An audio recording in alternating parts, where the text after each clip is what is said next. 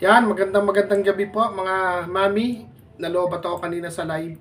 Sabi ko pagka-end po natin may tatawagan po ako. Ayun, tatawagan po natin yung isang nanay po natin na minsan din po nating tinawagan. Ayan po siya. Ayan po yung ating nanay sa QC, Quezon City po. At idadial ko lang po muna para po marinig po ninyo yung kanyang boses. Nalobat po kasi tayo kaya hindi ko po agad natawagan anong oras na. Alas 6:40 na po. Tawagan po natin. Yan mga mami. Dahil po natin. Nakikita po yung aking kaldero. Sana po mag-ring. Ayan, nag-ring. Kita ka lang po i-call ko lang. Hello po. Hello po, kuya. Ayan na. Yan, open cam po kayo at ayan, kamusta po ba? Ito, nakatulog. Bakit? Nagpa-check up po, di syempre maaantukin. Opo, kasi maaga kami umalis kanina eh. Saan naman kayong hospital po nagpunta? Ayan po na Ano naman po yun, yung saang hospital po? clinic. Clinic lang pinuntahan po ninyo. Opo, pinapalaboratory nga ako. Apo. Gusto sa Ano naman, pero na naman po kayo. Hindi po, inano ko sa urine lang, sa yun inano sa kamay na na ang tawag doon. Yung sa kinukunan lang po ng konting dugo tapos inaano. Yun urine po, yun. Nakita naman po kung alin yung mataas sa inyo. Opo, mataas nga daw po yung blood sugar ko sa urine.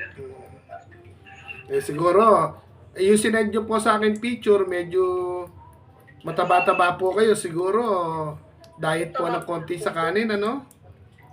Di naman din po malakas kumain ng kanin. Ano lang po? May masubo lang nga ako pag pinakain ako ng anak ko, may masubo lang, binibilang niya. Talaga din pong ano lang talaga. Bagay, pag nagkakaedad nga po talaga, di ba? Hindi naman po sa talagang pag nagkakaedad ng tao talaga. Saka kasi lahi namin. Lahi po yung high blood. Ay, tumatataba. Yung medyo, yung malusog, bilugan po. Kumbaga. Nanay ko, malaking tao po sa katatay ko. Matatangkad na bilugan po sila na matatangkad. Nagmana po kayo sa kanila. Si nanay, nagka-diabetes kasi. Yun yung kinamatay nung yung diabetes. Kumbaga namana nyo. Bagay sabi nila, yung diabetes, yung high blood, namamana daw po yan. Sabi po lang nila. Pero siguro sa pag-iingat na rin po siguro or nasa yung kinakain natin o yung nasa ginagalawan natin. Pero nito lang po na trace na may tumaas yung blood sugar nyo. Ngayon lang. Na-hospital naman ako noong 2024, normal naman ang blood sugar ko. Pero yung sugat po ninyo, gaano katagal na po siyang may sugat? Siguro kung nga nakaraang buwan, hindi ko na siya pinapansin. Nakakala ko lang. Alam niyo po yung namamatay na kuko. Parang ingrown, parang gano'n lang. Tapos, namaga siya, nangingitim. Ngayon, sabi ko sa anak ko, tingnan mo nga, dahil hindi ko nga, makita. Dahil hindi na nga po kayo makayuko, dahil hirap na nga gumalaw din po. Tapos, tinignan ng nan. Sabi niya, Mama, bakit yun anak? Sabi niya, Pero meron ng mahigit 1 buwan o 2 buwan yung napapansin niyo umiitim? Nang napansin na may nana, akala ko, lang, Saan po ba siya nagsugat doon sa naapektuhan ng daliri. doon sa naapektuhan ng stroke nyo o doon sa mahinang paa o sa malakas na paa? Sa kaliwa, malakas na paa. Hindi naman siya kumikirot na masakit, hindi naman po. Sige po. Kumikirot. Una, kumikirot siya. Alam niyo po yung masakit siya hawakan, Ah. ganon. Tingin nagkakago, bakit nagsugat na, naging na. Kaya nga po, yun ang, kapag ka po kailangan bumaba yung blood sugar nyo, pag hindi po bumaba, parang mapupudpud sa sugat po yan. Mas lalala. Agapan ko daw, sabi ng doktor, wag daw pabayaan. Opo, kasi pagka may mataas yung blood sugar po natin, mas napakadelikado. Di ba yung iba nga napuputulan ng hindi lang daliri, kundi paa. Diba? Tsaka malaking gastusan po yun pag pinutulan. Mahabang gamutan din po yun. Kasi namin yung bawal na ulam, bawal na ano lang, gulay lang, saka itlog, saka lang. Yun, pwede ako magprutas pero hindi ganun. Kaparanggot lang po. Tapos bawas ng gulay na lang po, tsaka bawas sa kanin. Kaya ang pusot nga kita sabi ko si Kuya Aw, pinakain ni Kuya Aw, hilaw na sayuting, hilaw na kuko. Wala naman akong para kumain nun. Yun nga lang po, hindi nyo mangunguya dahil matigas yun. Kahit kayasin lang siya na malilit, hindi ko kaya. Siguro yung isa sa mga anak nyo, ipagbe-blender kayo ng ampalaya, pipino, carrot sa haluan ng ganun po. Kung pwede siguro. Oo. Sabi nga ng anak kong nasa bakit, kung nag-usay pumasok sa live mo, Opo. pagtipaan ko ng gulay, blender daw. Opo, blender na lang po. Pero bago po natin ituloy yung, dahil po nasa live ko po kayo kanina, merong isang fairy godmother na Kuya Aw, maaring pandagdag po kahit nga po, hindi man po ito, kumbaga, kung pwede nyo pong maibili ng bigas, nga po, hindi man mamahalin, pero may kasamang pagmamahal. Ito pa, banggitin nyo po yung number nyo muna, 09. Ay, anong in-number mo nga bigay mo sa akin? Opo. Para po, bago natin tuloy po yung ating kwentuhan, baka po malobat kasi ito. Mahirap pagsindihin yung cellphone ko. Opo. Pag nalobat. Ayan, Mami Nerissa, mega love shoutout po. Maraming salamat po, Mami Nerissa. Maraming po salamat, Ma'am Nerissa. Malaking tulong po yan sa akin. 09 38 38 ay, teka lang po. 38 ano? 38. Opo, sige po. 02 06 44 827. 8 ay, bakit gano'n? Sobra na yata. Teka po, sumobra po. Ulit. Teka lang, sumobra. 09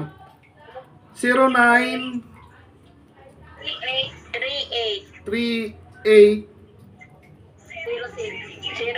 06 44 827. 7. 827. Teka lang po, tingnan natin yung pangalan. Next. Elenita. Ano? Letter A po yung dulo. Ano? Elenita ba to? Elenita? Opo. Elenita, ito po. Paano ko ba mapapakita? Ito po, ayan o. Opo. Ay, tama ba? Kita ba? At ito makikita ko, Kuya. Ayan po, Elenita. Elenita po yung... Letter A yung apelido. Siguro ito na nga. Letter E yung unahan. Tapos letter A yung dulo. Tapos yung last, tapos Opo, Elenita. O tama, ito nga po. Yan po yata yung binigay ko sa'yo. Ito po, ayan ko na po. Isesend ko na. Isesend ko na po. Ayan na. Elenita. Salamat po yung mahal. Hindi po sa akin galing to. Ayan po, ayan o. Okay na, nag-disagree na. Okay na. Salamat. Ayan, ayan, tuloy po tayo sa kwentuhan. Siguro po, Nanay Milagros, kung halimbawa po, para bumaba din yung inyong blood sugar, siguro kailangan talagang maggulay-gulay. Yung kahit carrots, pepino, pinaghalo, may kahit lagyan ng isang pirasong, yung iba nilalagay po, may mga kinchay pet. Kaya lang, di nyo na kasi kayang balot ng ng gulay eh. Pero kailangan gulay talaga. Eh, gaya kanina, nagpalaga lang ako ng repolyo. O yun po, sausaw toyo lang, yung kalamansi, okay na po yun. Kaya lang, samahan nyo kahit isang dilagang itlog. Tinawag ko kanina. Magugutom naman po kayo. Ngayong gabi, binilan ako ng sana. Yun daw ang apunan ko. Yun. Kahit pa paano po, kada kakain kayo samahan nyo. Kaya lang, yung cholesterol ata sa itlog, tumataas na rin po yata yung cholesterol ninyo. Daw po ang kailangan, laga lang. Puro lagang itlog lang po, pwede. Opo, laga lang. Kaya po, mahirap pong tumanda at mahirap maging mahirap po. Pero lahat naman po Hirap na hirap naman yung anak magbuhat. Po, para medyo gumaan-gaan din po kayo. Kumbaga, Tala ko, bumaba ang nag-60 lang ako. po. Ngayon, sa 80 plus ako. Ay, malaki. Pagka 80 plus po, malaki po talaga kayo. Kaya Mataba. nga, hindi naman ako maraming kumain dahil binibilang ng anak ko yung pinapakain niya sa akin, 5 subo lang. Di bali po kasi ala na ring exercise. Tsaka isa pa, baka nagmamanas na nga rin po kayo. Kaya malaki po kayong tingnan, malaki pong, nga po mas matabang tingnan. Kasi nga po, di ba, kumbaga, nagmamanas. Pero nag-send na po, sana po na-receive, hindi ako mali napindot. Dumating na po si... Na-receive na po. Yun. Salamat po. Kayo po bahala po dyan kung gusto niyo pong ibili ng bigas na hindi mamahalin. Pero, gamot na lang po, idagdag niyo po sa gamot para sa sugat. Kuya Aw, Ano po? Yung gamot na pinabibili sa akin sa uric, 3 buwan ko iinumin. Inumin po. Dagdag na lang po at malay po natin may makapanood po nitong ginagawa po natin at kung may magsusupport man hindi naman po nangangako pero sana marami pong hipuin ng Lord na para makapag-share pa rin po ng blessing. Tapos Yun yung po. sa diabetes, sa blood sugar, Opo. siguro ang binili ko na muna, tigli 5 piraso para may mainom ako. Pagka po bibilin lahat ng kumpleto, kung maraming budget, makukumpleto po. Siguro, kikilos naman po yung Lord para maituloy niyo po yung pag-inom ng gamot. Malay po ninyo. Biotic po. Malay niyo po yung lahat ng anak nyo. Bukas makalawas, swertihin po sila. Makahanap sila ng mahaba-habang pambiling gamot po, di ba? Yun lang po yun. Tapos, ayun, mahirap po din talagang tumanda. Kaya sa mga mami namin at sa mga daddy namin, sa mga ate, mga kuya namin, sa mga ninong at ninang, ingatan nyo po yung inyong mga pangangatawan. Ingat, lalo na po pag umidad na tayo ng 40 pataas. Doon na po natin unti-unting nararamdaman na may nababago po sa ating pangangatawan. Ika nga po, maaaring buong-buo yung isip natin, buong-buo yung loob natin na malakas tayo. Pero may mga nababago naman po talaga pag tumuntong tayo ng 40. Ako po, ang naging side effect ko nung tumuntong ng 40, ubod tibay ko magpuyat. Kaya ngayon, malabo na po yung aking mata. Yun yung pagpupuyat yun pati pinababawal sa akin. Kasi nakakataas din daw pala yun ng dugo. Opo, nakaka-high blood, nakaka-low blood, po yung pagpupuyat. Dalawa po yung side effect niyan. Pero higit sa lahat, nakakalabo po ng mata. Isa na po ako nagpapatotoo dyan na lumabo po yung mata ko sa pagpupuyat. Kaya nga po sa kayong stress, pinapabawal din. Yun po yung pinakaisa. Yung isang araw po, hindi naman ako stress pero sobrang sakit ng ulo ko. Naduduwal ako, kala ko high blood ako. Sabi ko, hindi naman ako nagkakakain ng baboy, ng manok. Malimit, hilaw na gulay. Tapos kape noodles. Ano po, 4 na araw din pong masama yung pakiramdam ko. Parang binibiyak yung ulo ko. Tapos paggabi nilalagnat ako. Pero naidaan ko naman po sa paligo. At paracetamol lang, naging okay. Yun, Kaya kaya... ako naliligo lang pag nandito yan ako paglinggo lang. Hindi, kapag ka po kung di naman po pinapawisan, kahit punas-punas lang, okay lang po yun. Opo, nililinisan naman po ako pagtapos namin kumain. Lilinisan na ako niya. Gabi-gabi naman po nililinisan. Kaya nga po, buti nga po may mga anak po kayong tumitingin sa inyo. Kung wala pong mga anak, gaya din, ako, ang iniintindi ko po, hindi ko pala iniintindi, ini-imagine ko. Dahil wala po akong anak. Paano kaya pagtanda ko, di ba? Kinikwento nga kita sa mga anak ko. Sabi ko nga, si Kuya Au.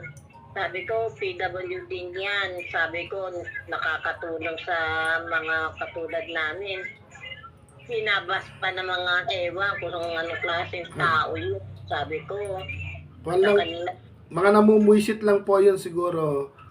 Baka ko, gusto nila sila po yung matulungan, kaya ganoon. bakit may tao palang ganyan, ano? Ano po yun, natural po yun kasi po, tayong mga tao may kanya-kanyang ulo, may kanya-kanyang puso, may kanya-kanyang kamay, may mga kanya-kanyang paa, may kanya-kanyang bibig, may kanya-kanyang paningin, kaya po halos hindi po iba yung nakikita nila, iba po yung nakikita natin. Tamang tulad po nito, yung tinahak po na daan ng ating mga mami, mga daddy, mga ate, mga kuya at mga ninong at ninang. Yun sa lahat ng yumakap po sa munting biyahe pagmamahal. Mula noon hanggang ngayon, ibig sabihin po, iba yung nakikita nila kay Kuya Au o kay Idol Amelito. Kung merong basher man, ang tingin po nila siguro sa sarili po nila na aasarin ko to, susukatin ko yung tibay nito, kung tatalaban ba ng mga masasakit nilang salita. Ang di po nila alam, mentras nagbabalibag sila ng pangit na salita, hindi naman po ako santo para hindi ko sila balikan ng sabi ko nga, isang mura nila times 10 ko. Kaya po yun. Sabi ko, may ganyan palang tao. Marami po. Yung taong katulad mo na nakakatulong ka sa mga... Ako naman po, ako naman, Nanay Milagros, wala naman po talaga. Dito po kay YouTube, sa katulad naming walang views, hindi po makakabuhay ng pamilya. Kahit sarili po namin, hindi namin mabubuhay. Pero nagiging proud po kami. Wala kaming sahod sa YouTube. Pero may mga tao po na naniniwala po sa aming pangarap na munting biyahe pagmamahal. Like, pumunta po tayo sa mga malalaking channel. Oo, marami silang natulungan. Yumaman sila marami silang natulungan, yumaman sila. Pero nung bumagsak po yung views nila, bakit yung nagpayaman sa kanila na charity, ba't ngayon hindi po nila magawa? Yung nagpayaman sa kanilang charity, bakit nung wala silang pera, nakakapag-charity po sila? Bakit nung nagkapera na sila, bakit hirap na silang mag-charity? Yun po yung nakakapagtaka, di ba? Pero wala po tayong pinatatamaan. Mga mami, baka sabihin nyo, may magkaroon ng basher. Wala po akong pinatatamaan. Marami po akong in-idol, marami kong inidolo na mga charity vlogger na talaga naman po lahat umasenso, lahat umunlad. Nanonood ako sa lahat ng upload video nila. Nag-PPM, nagko-comment ako sa comment section na sana po ma-picture si Kuya Au sa channel nila. Hindi pa ako vlogger po noon. Isa pa lang akong manonood ng YouTube. Pupusuan lang po, hindi man lang re-reply na, "O idol, taga saan ka ba?" Pero hindi po, ibig sabihin, hindi pa rin ako lumubay. Tapos napunta po ako sa mga small YouTuber, nanonood po ako. "O Kuya Au," sabi ng mga nagla-live, "Kuya Au, ang tiyaga-tiyaga mo. Lahat kaming mga kaibigan na naka-live, na dinikitan mo, tinambayan mo. Sinusulit ko yung load na 3 days only." galing pa sa kapatid kong naguhugas lang po ng pinggan sa Metro Manila. Tapos, gamit ko po cellphone yun, yung Nokia touchscreen na malaking ganon, bigay ng pinsan ko. Tapos, ang bandang huli, Kuya, ba't hindi ka mag-upload video? Sabi ko, hindi kaya ng cellphone. Tapos po, may nag-sponsor ng cellphone. Tinatambayan ko po yun. Ang pinabibili po sa kanya, brand new. Pero pina-LBC sa akin, luma. Hindi rin nakakapag-upload ng video kasi full storage. Hindi ko rin po nagamit, nasayang lang. Isa sa mga ma'am natin dyan sa Hong Kong.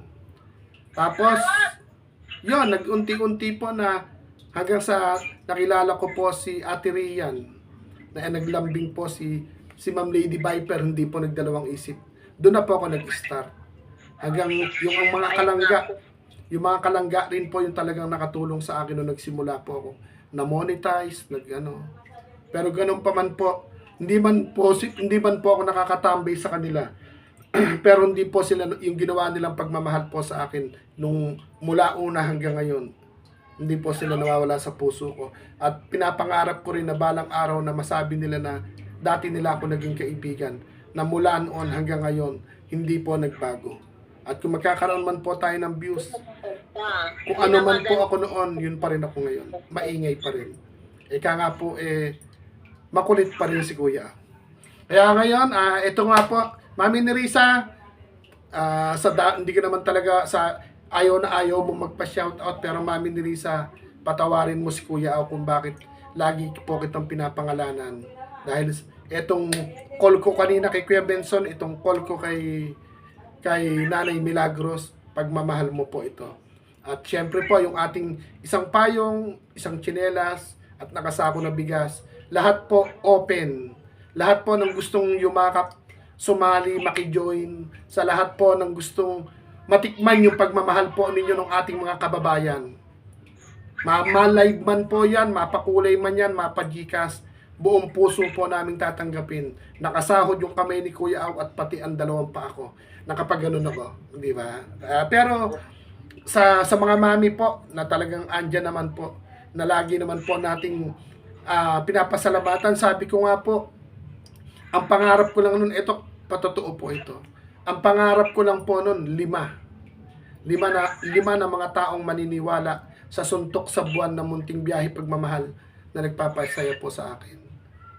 Talaga naman po, yung mga ninang ko noon, mga ninang natin ngayon, tapos hanggang sa nagkaroon po tayo ng mga mami, mga daddy, mga ate, mga kuya, mga ninong at ninang. Kaya hanggat, sabi ko nga po, hindi lang na 5. Siguro, 5 i-times sa 5, baka kulangin pa yung 25. Baka umaabot na po sila sa 35. Yun po yung ating. Kaya syempre po, sabi ko nga po, yung ating mga may ginintuang puso, hindi po nanganganak, pero nakakahawa. Dahil po sa ginagawa nating lahat ng may ginintuang puso, ipinagwawagay-wayan po natin yung kanilang mga pangalan. Mainggit na yung maiinggit. O pag-isipan man ng masama na, kasi meron po nag-comment, sabi nga po ni Mami Lenny, na Kuya Aw, hindi kaya isa yung mga sponsor mo na nasulot sa kanila dahil kaya kanila binabas. Maaaring yung idea ni Mami Lenny, maaaring tama na baka inisip nila, baka inisip nila sinulot ko, hindi po. Kundi siguro nakita lang nila na, ano ba tong taong to? Ay si Idol Amelito, si Kuya Aw, mga PWD, bakit yung tulong para sa kanila, isinishare pa nila sa iba? Yun po siguro yung nagustuhan ng mga mami po natin, mga daddy, 2 daddy pala. At saka po yung ating mga ate, mga kuya, mga ninong at ninang.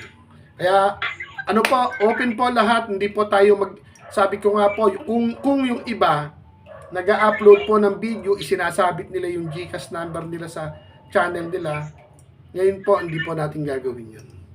Dahil po kung ano lang naman din po yung channel ko sa YouTube, Kuya Aw Vlog 04, sa Facebook po, Kuya Aw Vlog, wala pong 04. Pero ano po yun, real account ko po yun. Tinest kong gumawa ng Facebook page, kaya lang di ko po alam ayusin. Kaya po, yun, maraming salamat po. Doon naman po sa mga basher na hindi po natin hinahide. Pero nagmumura sila, gusto patakbuhin si Kuya Au, tsaka yung mga bisita ng mga kaibigan po nating PWD na spinal cord injury na naka-wheelchair lang din. Binabastos po Parang nila. parang wala silang mata, wala silang tenga na naririnig yung mga sinasabi mo na na ganun ka, PWD ka. Opo.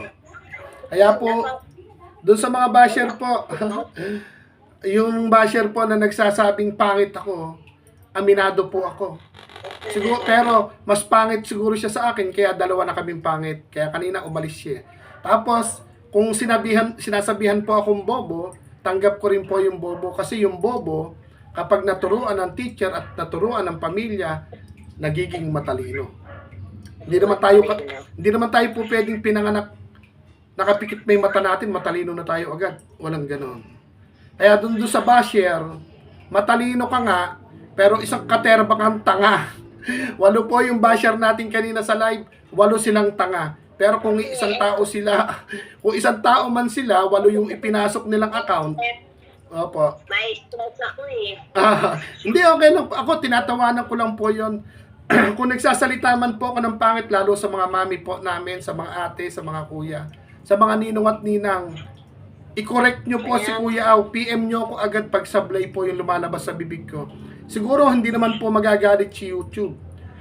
Kung maiintindihan niya yung pagtatagalog ko, saan siya nakakita? Minura niya ako ng isa nung manunood natin. Pero sinuklian ko po siya ng 10 times. Nung sinuklian ko siya ng 10 times, hindi niya alam kung ano isasagot sa akin.